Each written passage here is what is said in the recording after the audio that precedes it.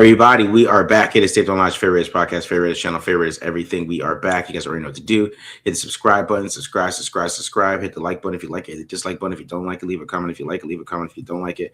Also follow us on Twitter at the Mark John NFL for me, at mholder95 for Matt, and of course pandasubs.com. Discount code TDL for 25% off. Also, make sure you hit up Homage using this QR code right here. Boom, hit that, use that, go ahead, pause it, hit that QR code, and then so you can get you a Mendoza shirt. I know everybody's posting that Mendoza throw from practice today. So get you a shirt while you watch the throws online. All right. And of course, tapedontlie.store. Hit the tapedontlie.store. Get you some stuff. To get the new white hat. You got some jock. We got everything up there. So check that out. All right. So today we are finishing up the draft here, doing Malik Benson and Brandon Cleveland, the last two picks of the NFL draft for the Raiders. So we're going to do these two guys too as well. So make sure you guys enjoy this episode, and we'll be breaking those two guys down. Anything else? Nothing really happened in Raiders world, right? Unless you want to talk about Mendoza, like not going to the White House and Trump talking about it. Not really. We're not going to touch on that one. Nah, just don't really care that much about that. You never know. We could end up on a true social post if we go too salacious on Trump. So yeah, man. Just AI made by us. Him like standing over to TDL. The TDL. I mean, that would just that's great publicity. That'd be good. Yeah, that'd be great. Pub. That episode would do numbers. We blew up on that. Comment section would be great too. The dislike button would be going off the hinge. Hey, engagement is engagement. You know what I mean? These days, as they say. But yeah, yeah. No thoughts really. Don't care that much, right, about that type of stuff. But yeah, nothing else really. I mean, it got a schedule release. Probably we might go live for that. I don't know if Glenn wants to, but we'll see if that happens. But yeah, it's basically all that's happening. I mean, we get to find out where the Raiders are playing. And it's starving. The NFL is like starving for the attention, and they get it. Like to their credit, when they do the schedule release of the schedule release, like this is when we're going to tell you when we're going to release the schedule. Like they keep that a secret too, and every year, and then they leak it throughout like the whole week. It's just so annoying. Just tell me what days they're playing. I'm tired of this crap. I know. I sound like an old man here, but it's so annoying how they've like just done it where they like trickle it out and stretch it out because there's just nothing else to talk about. Which answer my own question there, or answer why I give a reason to it, but. Sorry. Yes, it's dead season. Nobody cares about OTA. Nobody cares about OTAs and minicamp that much, unless you're like a Browns fan where they post the stats. That's about it. They post it from the team account, or is it the people keeping? Is it beat reporters keeping? I think it's beat reporters. It might. I don't know. It might be the team account. I don't know. That'd be awesome if we got like updates on Shedeur Sanders and Deshaun Watson stats, because both those fan bases are both those two guys have some interesting people in their corner, I should say. Yeah, I don't know how many people are in Watson's corner at this point. That's what they're in his corner until he played bad. That's true. Good point. Everybody's defending him until he went out there and snaps. Nobody cared about the off the field stuff until he started sucking on the football field. Mm-hmm. And then it's all like, oh, these are you know what I mean? That's usually how it goes. That's how it goes. Yeah. All right, so let's talk about Malik Benson and Brandon Cleveland. Of course, these are the last two picks of the draft. So what are your thoughts on Brandon Cleveland, Matt? Yeah, he was a guy that I was like really surprised when I watched his tape. He was someone who, even though with everything I have going on, just missed my radar. I was telling Marks before this, like two guys that I had on my list that I didn't quite get to were Brandon Cleveland and Gary Smith, who, again, hindsight being 2020, wish I would have prioritized those guys a little bit more had I known the Raiders were going to end up with them. But Cleveland's tape is really impressive. Like, I feel dumb that the fact that I didn't get him, that's not on him. That's on me. Like, he's a really good run defender where, like, he's got some pretty damn impressive strength at the point of attack. Like, he can control blocks and he can win one-on-one, be disruptive and stuff like that. Definitely has athletic limitations, especially moving laterally. Like, he's funny to me. Like, at one point I thought he was awful and complete liability against the outside zone. And then they started to protect him a little bit with the linebacker over him. And where he didn't have to move laterally, where he could like just play into the guy that he was that was the offensive lineman that he was inside of, instead of having to work around it and stay in his gap and avoid getting reached. when he could do that, like we'll see a handful of times where he just does a great job of cutting the field in half and sometimes even escaping and making the play himself.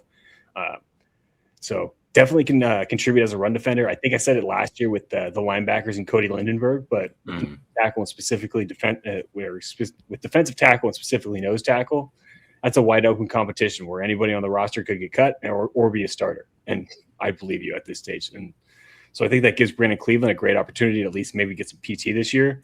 Lindenberg got thrown off because they ended up signing Devin White and Jamal Adams right around training camp. Running around the beginning of training camp, so that ended up taking away from his opportunities. But I mean, Brandon Cleveland right now with the roster stands, like he's got a really good chance to make a name for himself and get a good amount of playing time for a 7th round pick because of what he can do as a run defender. As a pass rusher, it's not quite there, but he does have a few moments. Like if you watched his Duke game, that was the game that kind of like really caught my eye on him. Like I think I have like 20 clips and 12 of them are for against Duke. Like he was a monster in that game, and he actually had a handful of really good pass rush reps that we'll see. But he had 4 pressures in that game, and then he had 9 the rest of the year in the other games. So just to kind of paint the picture. So there's some flashes and there's some like good things to like in the passing game, but you draft this guy because of what he does on 1st and 2nd down and how he's able to destroy and beat one-on-one blocks as well as he does. Yeah, because I mean that's the game I watched. I watched the Duke game, and I was like, "Wow, this guy can play a little bit." You're like, "How'd this guy get last to the 7th round? He's been in the backfield the entire damn game." and when I did the radio spot, talking to the Radio Nation and talking to Clay and them, they asked me who had the chance to play the most, like out of the day 3 picks, and I said him because there really is no true nose tackle for the 3-4, and he is the only guy. And he's undersized. You might say he's undersized a little bit, but he's so strong that I think he can make up for it by like just being that type of strong player, taking on centers and stuff like that. Yeah, and that's like I think the one thing that like you mentioned, like him being small. I think he's like just on a little bit under 310. I want to say he was like 309 or something like that at the combine. And I don't think NC State, if I remember correctly, had him listed much higher. So it didn't seem like a situation where he like lost a ton of weight for the combine.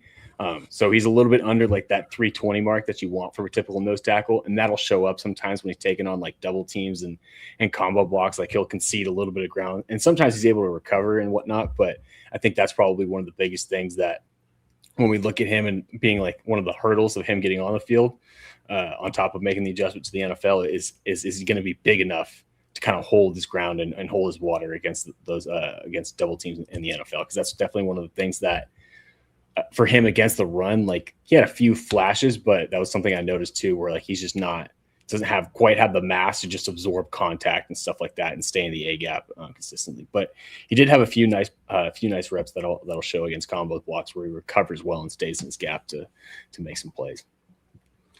Yeah, for sure, dude. All right, so I ended up doing Malik Benson. So the thing about Benson, which I like Benson when I watch him on film, it's not too much that he does bad, right? So like he's pretty consistent running routes. He's a consistent route runner. He's pretty good against press coverage. He has great hands. I mean, that's the first thing you should notice. He doesn't drop anything. I think he had like one drop. He had a 2.3% drop percentage, and he has a 4.7 career drop percentage. So that kind of tells you a little bit about him and what kind of player he is overall when it comes to catching the football. And like I said, he is a deep threat, right? I mean, that's one thing you notice too about him. He's very explosive. Like his first step is pretty crazy. That's why you can see why he is a kick returner, right? I mean, I think he returned a couple punts. Yeah, I think he had like 9 punt returns or something like that in the last 2 years, maybe just last year. He can play, right? As a kick returner, punt returner. He had a touchdown last year as a punt returner. So he has that big play ability too, as well, to have those punt returns and the kick returns. So that's how I feel like he's gonna have to, kind of make this football team is through there, and that's pretty sure that's where he's gonna make this football team. He's gonna be the punt returner, I think, right? But I think once he gets more accustomed to the NFL, I think there is a path for him to become maybe not a number one receiver, but like a starting receiver, right? A kind of guy who could definitely be a role player for you, work with you. It's just more about him at the catch point. I mean, he had a 32-inch vertical leap and a kind of weaker broad jump, which kind of is weird for how explosive he is when he gets the ball in his hand. But you could see it when it comes to like contested catches. Like if it's not a perfect throw or it's underthrown, he's not able to kind of come back and make you right, as I would say. But he does, like I said, he has great hands, great balance. He reminds me of Nelson Aguilar a lot. That's basically what reminds me of him. Just with hands, though? Yeah, with hands. Nelson Aguilar with hands. That's my comp. If Nelson Aguilar had hands, is Malik Benson, basically. Yeah. And kind of this similar players. And, I think they can, find a way to work him in. But he is an outside guy. He's not a slot guy. I think he did about 70% or maybe even higher than that of his snaps out wide. Yeah, no, he does have like some inside outside versatility though too. Like I remember looking at the numbers today, he averaged like over 3.5 yards like per route run, one of PFF's like little efficiency metrics when he's in the slot. And he only was there for like 20% of his snaps, but he had like almost 200 receiving yards out of 700 something. Like he had 189, I think, from the slot. So he can win there. I mean, it's funny. Like he was one of the guys when I was watching him more on tape. Like I saw like the games that I saw, he was like used inside outside a little bit more. And then he had he's not a guy that has a ton of wiggle or shake to like be able to juke people out. But that burst that you're talking about, that shows up in like his yak skills. So he can like make some plays with the ball in his hands, and he's good at finding like lanes. And I was looking at his size and like, okay, he's about 6 feet, about 190 pounds. I'm like, okay, now I see why Kubiak want like this guy, because he can play inside out. He can make plays after the catch, and he fits the size profile. And on top of it, he has speed. Like, oh yeah, this was Kubiak's receiver just in the 6th round. So it's still the same profile. He just keeps collecting the same guys, which very clearly he likes. And it's easy to see why you'd like Malik Benson again as like a 6th round pick, a guy that was picked in 195. Like I think you're right. Like I think there is a chance for him to potentially at least become a contributor offensively. The comp that I saw Lance Zierlein put out there that I liked a lot was Will Fuller. Like I thought one was a pretty good one. That's a good one. Like that. Will Fuller can't catch either, so that was super interesting. Yeah, which is also interesting. One drop, but that was the other problem. A lot of those deep threat guys, a lot of the guys with that kind of speed usually didn't have great hands. It was part of the reason why they didn't go in the first or anything like that. Mm-hmm. But, he is unique in that regard. Yeah, and I think that a lot of the reason he didn't go in the first is because he doesn't have the yak. And, like I said, the play strength isn't really there to win at the catch point. I know he has 60%, catch rate on contested catches. I know somebody's gonna bring that up in the comments, but it's still you can see. I'm gonna show a couple clips on film of him kind of struggling there a little bit with some of those plays, but I still think he has he just catches everything. So there's still something there because the way he catches everything. And some of the plays he makes. But yeah. The other trait that I really love about his, and I'm sure we'll get into this too, like when some of your breakdowns, is he was really good at finding the holes and sitting in them in zone coverage. Like that's one thing I've noticed that was consistent was like he recognized when he was hit in a window in zone coverage, and he kind of like slowed down to give Dante Moore like as big of a window and as wide as a window as possible to throw. And that was one of the things I liked about his game a lot. Yeah, for sure. He does that really well too. That's why there is somewhere where he could play inside, because he does that really well. I was gonna put the play against Texas Tech where he's running kind of like a sticks route and he kind of came into the zone, but I just was like, this is too much short routes. So like but yeah, that's a great point that he does do that really well. He does find those zones really well. Yeah. All right, let's do some Brandon Cleveland first. Let's do Brandon Cleveland. Sounds good. Fans aren't that familiar with. All right, I'm going to start with a handful of these of the pass rush clips. I think all of them are going to be from Duke, maybe one from the other one. Like you can see on this one, not exactly a quick win, but again, just relative to where he's drafted and whatnot and the expectations. Like he does a pretty good job of winning with the bull rush, where that center never is able to drop the anchor, and then that ends up forcing Mensah out of the pocket. Granted, he still trails around and completes it. Brian Parker was just dominating somebody. I'm sorry. Gotcha. On the other side, I lost. I got lost, but there. Good. Let's see which one we got here. This one kind of highlights a little bit of his issues too, like where like he does kind of miss with the hands. Like you'll see, like he doesn't quite get the hand swipe, and he actually like ends up like putting the like an RKO or something on this center. But what I do like is the effort, and like you can see, like he's not he doesn't have the best lateral movement skills to clear the center here. But I love the effort, and he ends up drawing a hold on that one, and on top of it, flushing Mensa out of the pocket. So, do like the effort at the very least that he gets as a pass rusher. Has a high motor, that's for sure. Yeah, for sure. This one he does a better job of just landing with his hands. Like you'll see this on this initial chop or this initial club. He actually gets that outside hand from the guard, and on top of it, then he just turns it into like a long arm move to kind of use his length and strength to his advantage, and that's going to prevent Mensa from being able to finish that throw. You can see it was slightly underthrown to give that DB some more time to be able to come up with that PBU or come up with that hit to force that ball out or force that incompletion. I think this could be the sack, yeah.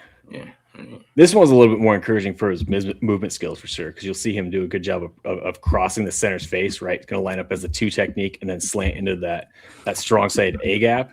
Again, you see the active hands too. Like he's not the most accurate with them, but he keeps them going. And on top of it too, when he gets to the edge, now he just turns that long arm move, able to escape, and not bad bend for a big dude.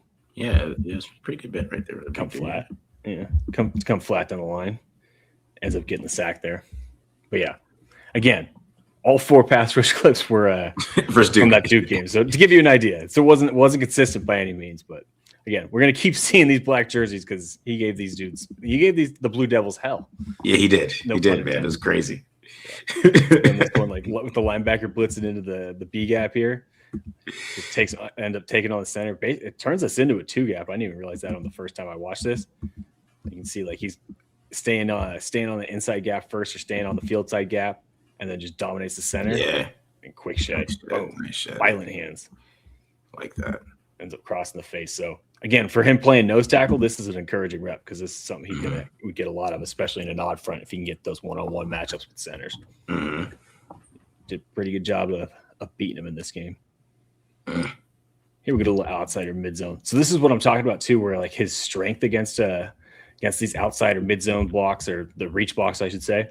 Like here, he's going to be lined up as a 2-eye, and like he's going to be able to play into the guard because they have the backer. They have 2 backers here that can kind of make him right. And if he does get reached, they can like kind of make it like a natural gap exchange. And that just gives him the freedom now to kind of play into the center. Yeah, this one he does a pretty good job of staying in the B gap. I mean, at this point, now we're cutting the field in half. Like you can see the running back's eyes. Like you just watch this running back looking there. As soon as he sees that penetration from Cleveland, cuts up the field to get there. I think Cleveland actually ends up getting involved in the tackle on this one too. Yeah. Escapes, yeah. I don't think he's the longest dude. I don't remember what his arm length was off the top of my head. Like you can see a little bit of the issues. I think he was sub 32 inches, if I remember correctly, but does use his powerful hands pretty damn well, like you can see on this one. This is the other thing I liked. Like, talk about this a lot with like offensive linemen. Watch how he just unwinds the hips to get extension. Yeah. And then just resets the line of scrimmage. That's a good way, especially if you have shorter arms, to still be able to stand up an offensive lineman, because you're just basically using your whole body. Yeah. And getting leverage in it to forklift that guy up. Again, I mean, you can see the running back, same thing. He's trying to hit it on this side, but with immediate penetration from the D tackle, now he's got to cut backside. And Cleveland doesn't quite get off the block, which maybe you maybe you could say a little bit where the short arms come in. Like see that center or that guard's able to stay attached to him, but even so, he's doing his job, and that linebacker comes free to be able to make the play for a short gain. Yeah, his arms are 32 and 3/8, so it's pretty short. 3/8, okay, yeah, that was a little bit longer than I thought he was, but yeah. Sub 33s, 23 percentile. 23 percentile. Okay. Yeah. This one going to be another outside zone again. When he can be effective against this, like this one's a little bit different. I mean, I guess they still have this linebacker that to protect him and the inside guy too. But when he can play into that lineman that he's inside of, instead of having to run his feet and stay in like the B gap or anything like that on he doesn't have to on this one. He can be effective because he just resets the line of scrimmage. Again, just forces cutbacks all day. Yeah. Let's see. On this one, he gets dangerously close, but this is pretty damn impressive. Yeah, it's a great rep right here. Yeah, and he can take on a combo block on this one too. Like, and this is, you guys probably heard me talk about this a lot, especially when you're taking on double teams. Beat the man you're lined up across from, and that'll solve a lot of your problems. That's just what he does here. Again, just escapes. Yeah, ends up getting a TFL. So again, strong dude. Easy stack and shed. Seriously, he's seriously strong, man. He's strong as hell. Yeah, if he can keep offensive linemen's hands off his body, he'll be all right. Be able to get off blocks. Get another outside zone. Just plays into the center once he recognizes it. Again, they have the linebacker to protect him in the B gap. Make sure and make his life a little bit easier. And boom, just forces that guy to cut back.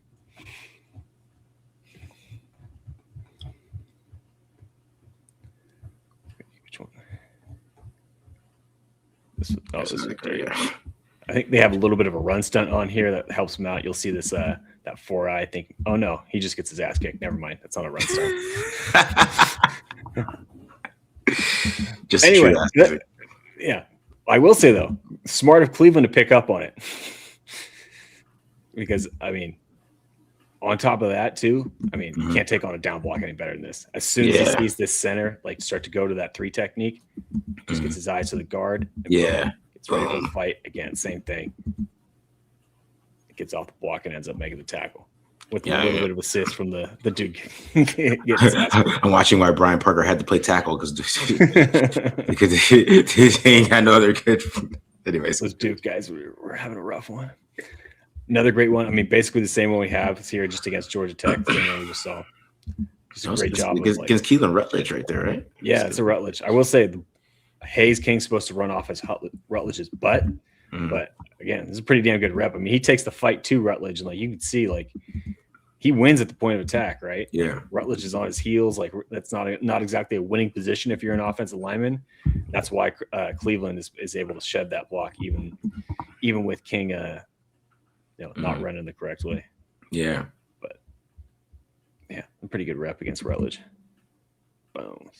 Yeah, it's just shows how good his hand placement is because that's how he won.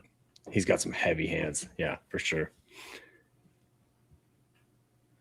Well, 2 gapping here again. I mean, the same thing. This is what I was talking about earlier. Like you put him at nose tackle, and when he gets these one-on-one opportunities, he was pretty good. It's a great job standing up that center from Duke. On top of it, making the tackle. Although I will say too, this is another example where like you can see like the lack of arm length. Like he doesn't get like he does get good hand placement on this tackle. Where like he's on his chest, but like you can see like that tackle has his hands inside. He has like the better placement. And on top of it, when Cleveland doesn't have the length to lock him out, that makes it more difficult for him to get off the block. So instead of this being a clean stack and shed where he makes a tackle for like a 1-yard gain or something like right at the line of scrimmage, he's still got 72 here on his body. And I mean, he's barely escaping that block. And now he's in a weaker position to make the tackle, and the running back ends up getting like 4 or 5 yards. Just a little things too. So it's going to be crucial for him to like maintain that inside hand replacement, because you'll see on this one, this time he's going up against a bigger dude, but he does a better job of getting his hands inside. Like you watch like right about here, but he has his hands inside of the guard tier. Yeah. And now he's got long enough arms that it can make a difference where he can keep this guy off of his body. But when you're below 50 percentile, the margin for error is just so much smaller. Yeah. That was against Inez Cooper, wasn't it? No, McCoy. I think was Cooper 73? Is he the other guard? I think so. I don't know. I mean, this is basically the same clip. Yeah, I think that's Cooper at 73 right there. So, on the other side, but I mean, this is basically the same clip we just watched. Yeah. Where he just wins at the point of attack again, much better with the hands, keeping them tighter. And that's where those heavy hands can really come in, where that punch can really step up. Yeah. Again, this is I think you'll see a little bit. I like this for 2 reasons. One, just the physical shed against this center, and 2, like you can kind of see what I was talking about a little bit, where like he just doesn't quite have the mass and like the strength to where he does kind of get knocked back for about a yard. Now he does a great job of dropping to a knee and recovering to still create a pile in the middle, so it's not a big deal. But like even on this play, that's I would consider still a good rep. You can still see a little bit of like the limitations there. Yeah, where he's kind of conceding some ground when he's taking on 650 pounds of pure offensive lineman. Mm-hmm. This one he does a really good job of just occupying two guys. This is a much better job against a scoop block. Now he does get close to getting reached here. Like you can see this, he's technically inside of this guard. Yeah. But he attacks him and holds that guy up at the line of scrimmage. And then on top of it too, I think that's Markel Bell. Yeah, that's Bell. Yeah. He occupies Bell at the line of scrimmage, and then that allows 33 to come free and then just make that tackle. I think we get about the same thing here. Yeah. This one was a much better job against the double team. This one, like you can see, like that's a little bit better with his base, where he's staying wide and a little bit better pad level than the other one too. So that's probably another key for him is making sure he stays wide and keeps his lower body engaged. Yeah. You can see he does a much better job of just kind of holding ground. And then once that lineman tries to climb up to the linebacker, now he's able to escape and go up and make that tackle. So that one was a better one, but definitely had some room to be a little bit more consistent, I would say, as against those double teams. But that's kind of like the biggest thing. And again, for the most part, like what he does against the run, like is exactly what the Raiders need, I think, on their defensive line. So gives them a shot, even as a 7th round pick, to at the very least carve out a role and maybe be a rotational guy as a rookie, which, yeah, for a lot of guys that are drafted in the 7th round, they're fighting just to make the roster. And if they get any playing time during the season, that'd be a huge win. I think Cleveland's definitely going to be fighting for a roster spot. There's no guarantee that he makes it, but the opportunity is there, and his skill set and what he can bring to the table as a run defender gives him a good chance to definitely make the team, and who knows, maybe even carve out a role. We'll see how it goes. Yeah, I mean, it's pretty clear just because, when you think about the nose tackles that are on this football team, besides like Gary Smith, I don't know what he's going to be like. It's just the role is there. Like, I don't know who else could do that. I mean, Les Bagese steps up his game against the run, but he kind of showed last year that he can't really do that role at this point in time, right? I mean, he's more of a 3-tech in my opinion. I feel like he's more of that guy. Like he can't control the gaps that much. You know what I mean? Like, because he got pushed around a little bit last year, just trying to figure out. I mean, even in college, he got pushed around a little bit. So those guys, you can see that Brandon Cleveland, even when he has some instances where he might lose in the run game, it's not like he can still hold his ground a little bit. Yeah, that's why I think there's a role for him, because he can play the run, and there's really nobody in front of him that could really take that position, right? Yeah. Because other guys maybe Tossie, but Tossie has to still learning football. So his competition is a guy that was a 6th round pick last year, Broderick Martin, who's on his 4th team in 4 years, Gary Smith, who's a undrafted. Broderick Martin was on the team, so that's just he got picked up late last year, so. I mean, again, kind of gives you an idea. And then, I mean, I guess you could put Adam Butler in there, but Adam Butler's on a true nose tackle, and a guy who has played 3 games of football and maybe 50 total snaps in his entire life. So, again, the competition is wide open, and whoever wants it is gonna take it. Whoever wants it the most, I guess. Say. Yeah, I literally had no idea that Broderick Martin was on the team. Super interesting. Interesting. He had a 28 grade last year. Did he play? Oh, he might have gotten in at the end. Was he a rookie? Broderick Martin? No, it's like his 4th year in the league. Oh, no, he's one of those guys. Yeah, okay. He was overdrafted by the Lions and battled injuries, and then just never made it. But he also has an opportunity. Yeah, he does. That's kind of crazy. Broderick Martin. That's interesting. Okay, 3rd round. From Western Kentucky. Yeah. Mm-hmm. Okay. All right, let's get into some Malik Benson here. Let's do this. All right. So we're gonna start off, short, intermediate, deep. That's what we always do here. So here's the first one. This is the play that really made me think of Nelson Aguilar. So I saw Nelson Aguilar run this route 800 times with John Gruden. Yeah. And this little whip route right here. Perfect. Nice change of direction here. Good job selling it. This is against Dakario Davis here too. Ooh. Okay, drafted right there. Nice route. Good job selling it too. I like how he sold this route as well. Kind of he really sold that in route. You can just see it. See, even with like the arm over, that's really selling it, because he has Davis basically in panic mode right here, right? Because he wins off the line, he wins against press, boom, then he comes back, stops, changes direction, get that ball right there, get about 6 or 7 right there. Yeah, that was a nice route. Really like that route here. All right, and of course I had to put this one in here because look at that, man. Look at him. Let him come back to the damn football. Yeah, there we go. There we go. Look at that. I like him already. I saw this is what I remember. I saw this clip. I was like, you know what? He's starting.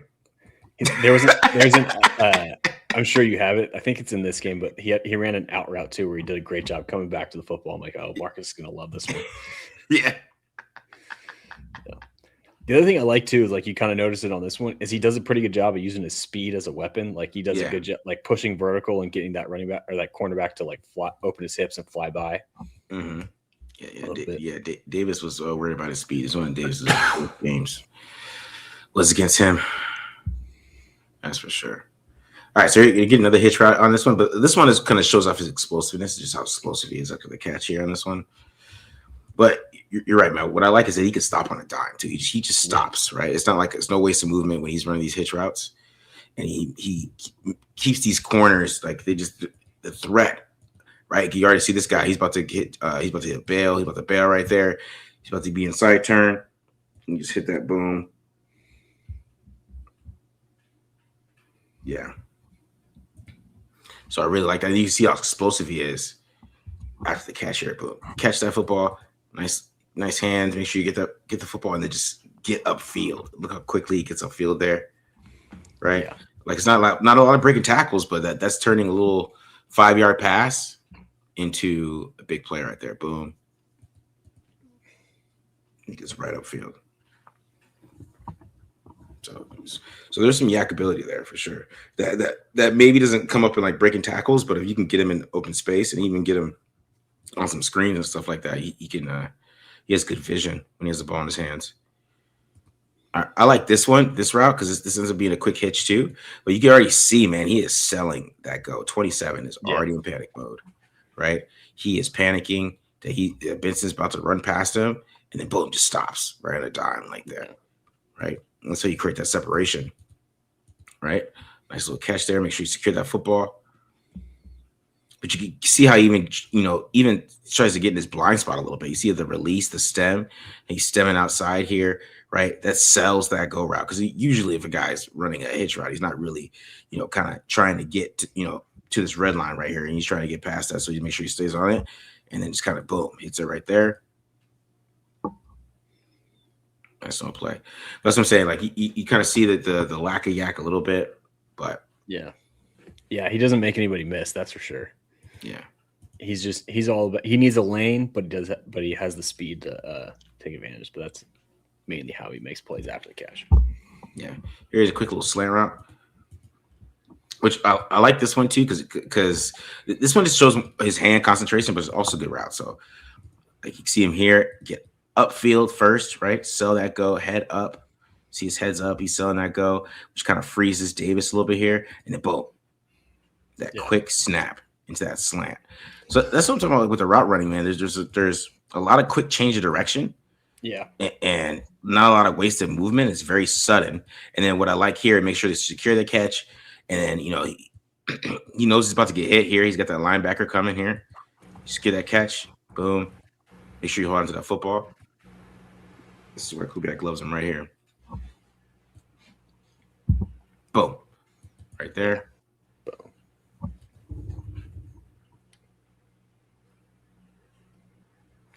All right.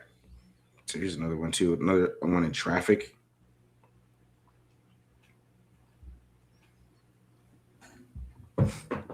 Now, a little bit similar. Like I said, kind of just always make sure he's selling something, right? You kind of see on this one that he is really showing that in route. Yeah. Right. But you see he gets it right there. But what I like about this one is just understanding that he's about to get hit. Okay. Yeah. Because he has good awareness here, understands that he needs to secure this football, catch, boom, take that hit, hold that football, you get those yards. So really likes what he does on these short routes. All right, let's get some of these out routes here. Now, this is another one. He comes back to football. Did a good job here coming back to football, but you can just see when he runs routes, right? I mean, doesn't really fade off or here too much, right? So you can see kind of just stays right there in the 30, gets flat, and him getting flat and not fading off is why he's able to come back to this football, right? So yeah, this is easy release zone defense against cover 3 here. They're really giving up this out route here.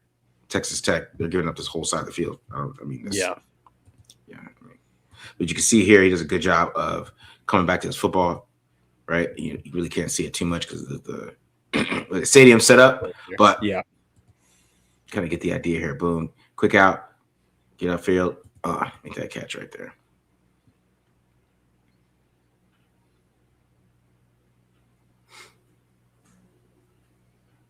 Here you go. Here's another little out route, quick out route here against JMU. Now, I like this one because this one's a little different, right? Because you watched this originally, it's like, okay, he's not getting flat, right? But I think there's a reason why he doesn't get flat here, which is why I really like this route. Yeah. Because as you can see here, right? They're I think this is what inverted 2 here, right? Just invert 2. Yeah, not inverted, but yeah, they're just bailing into cover 2. Yeah, bailing into cover 2, right? So as you can see here, right? If he gets flat here like he should, this guy kind of is in the passing line a little bit, right? If he stays flat, you can even see it when you go further play. The guy does a good job of kind of staying in that passing lane, but so he does a good job of getting more of an angle on this out route, which gives DJ more space to throw this football in between this zone, right? So it's good timing, and he's able to catch that ball and get upfield there. Yeah, and that kind of was talking about. That's what I was talking about earlier. Just like him adjusting to the coverage, like he recognizes he's pretty good at IDing coverages, and then just exposing the soft spots, kind of like what you're talking about here. Yeah, that's why I really like this rep because you're watching like, oh, he's kind of fading that, and like, oh no, there's a reason why he's doing that. Yeah, so he's pretty consistent about running away from coverage and not into it. Yeah, exactly. Here's a good example on this one too. Yeah. Just a bit of digging, kind of see him slow down right there. Yeah. You have the other one from this game, right? Yeah. Of course I do. Of course I do. This is the teaser. Yeah, this is the teaser right here. Right? It's a little dagger concept here. And it's exactly what Matt is talking about here. I mean, him and DJ Moore on the same page, right? Good anticipation here by DJ Moore. I let the first one slip, but I was like, we're gonna get called out. Fucking Bills. So, all right, Dante Moore. There you go. All right, God, man.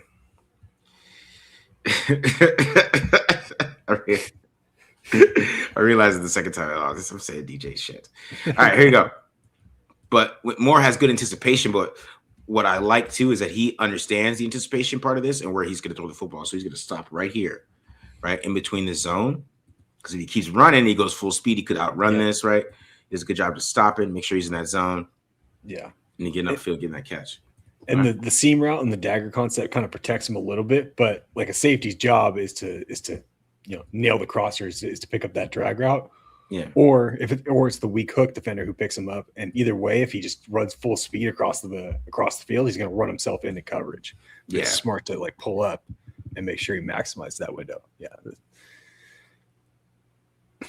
All right. So this is basically not the same concept, but another dig route backside here. Now he's coming to the backside dig on this one. Now, Dante Moore, which I thought this plays funny, is that him and Dante Moore really are on the same page on this one, though. But which is kind of funny, okay? And the reason is because Dante Moore no looks his pass. All right. So he is right here in the zone. Like I still think Dante Moore could have just threw it right here to him. But what he does is he doesn't no look to this part of the zone. Mm-hmm. Right. And basically because he's trying to keep this linebacker here from dropping depth enough, but having enough depth here. But this linebacker doesn't have depth at all, in my opinion. He's playing nobody. He should be back here, but he's playing nobody. So you could just throw the ball right to him. But what I like though is that Benson is slowing down, and then you can see him speed up a little bit. He's like, uh-oh. Right, and then he just makes a great catch. This is where you see the hands. This is a great catch. The hands catch. and then the balance to kind of get down here, and it's just full speed. This was crazy play to me. Yeah, this was the best play of the year. Little Mike Vick get the two defenders to run into each other. Yeah, because you watch a full speed, it's just like just catches it and he's just gone. It's just how explosive he is. Yeah, angle breaking speed, that's for sure. Good Lord. Yeah, I was laughing because Dante Moore almost missed his pass because looked at. Yeah, it's funny because Benson kind of gave him like the option to throw into either window, but you're right, they were not quite on the same page. Look, yeah. Great catch though. Good adjustment by Benson. Yeah, snag. Nice hands, and just get upfield. Just split the defense there. Touchdown. That was a clutch situation too. That put Oregon up 2 possessions in the fourth quarter. Yeah. All right, so of course we get to the what he does best here. Really, is these deep passes. I love this play, just because it just shows his hands and then his ability to adjust. Just look at that back shoulder right there. Right. Yeah. He had a nice one like this against USC too. We ran like an out and up, and the same thing, just adjusted the back shoulder, high pointed it. Nice play. Yeah, he's just had great hands, man. And then because he is running past this guy, right? I think the back shoulder is an interesting decision on this one, but he does a great job adjusting because I don't think he's expecting because he does beat this guy, right? This guy comes in press coverage. He just doesn't do anything fancy. Just gives him a speed release, right? Which I like. He's really good at the speed release. Like he just runs past you. If you're sometimes you press him and you don't put your hands on him, and but you see right here, man, that's a great catch. That's tough too, because like if you play baseball, you probably have experience with that. But going from the shadows to the light, like that's not. It's easy to lose the ball. Tough, good concentration catch. I mean, playing baseball in Arizona is not as much shadows, but yeah, there you go. That's true. Got to have some trees. Got to have some wildlife to have some shadows beyond just the cactus. You know what I mean? Yeah, it's just. This is a great catch. Look at that. Nice, beautiful. All right, so serious one here from him from the slot.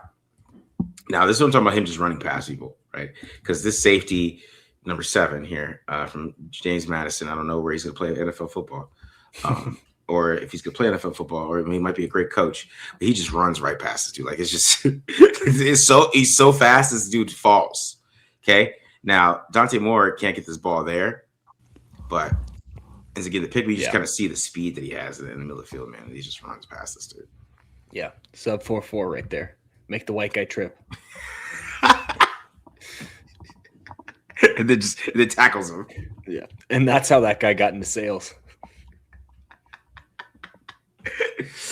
Oh man, the James Madison degree is pretty good though. That's a good school, isn't it? It's pretty good school, you think? I think so. Yeah. He ain't guarding Malik Benson. I'll tell you that. And Dante Moore's a crazy man, taking the clear out and dagger because he's running the clear out. He's running the clear out and dagger. And Dante Moore's a crazy man for doing this. He just yeah. Hey, his defense, the clear out was open too. Look, when you see the white, you don't care how much cushion he has. You throw to the guy running the 4.37. Yeah, that's true. It's Dylan Thieneman back there. Yeah, something for sure. That's his teammate. All right. Now this is another one where he just runs past. This guy has some pretty good. He's off a little bit, right? I mean, he's playing off. I know James Madison out here playing this cover 0. It's pretty crazy. It's hilarious. I don't know what they're thinking, but hey, right? They almost got to the quarterback. I mean, they're close, right? Yeah. But you're just taking a chance there, and he just runs past him. Like he just literally just ran past this guy. There's really nothing crazy, nothing sexy here. It's just pure speed. Great job tracking the football. Nice catch. Great throw too. Yeah. Now this one kind of shows a little bit of his nuance as a route runner. I really like this one. It will also kind of show how sometimes he's not the best contested catch guy in the world, right?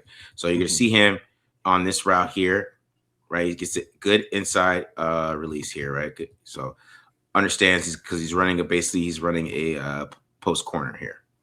right? And against Takario Davis. Let's look at that release. He already has Davis beat here. Like just how quick he gets into some of these releases. Like it's not fancy. He's not doing any, like shakes. It's just like quick, get square, jab step inside. He's beat. Right now, Davis is a good job of catching up, getting back in his hip here, right? But what I like at the top of this route is you're going to see it. It was just a nuance, the little tiny. It's very small. You see that little tiny move inside that fake to that post, and watch what that does to Davis here.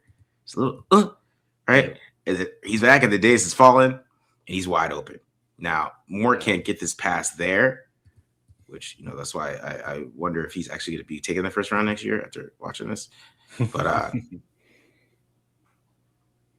you just see it right there. Boom. Yeah. Wide open. Nice route. But then you see here that maybe you could be tougher at the catch point, even though this is I mean, this is pass interference, guys. Don't get me wrong. Davis is all over this dude right here, right? But maybe you could just be a little bit more physical at the catch point, so just let this dude just bowl over you like that. You know what I mean? Yeah.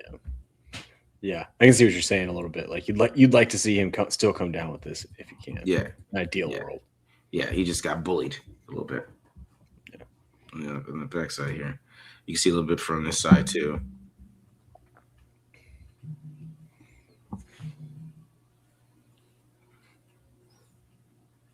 Right, just right. Maybe not be able to fight to that catch point. He's saying he just gets bullied. He got bullied there, man. Big time.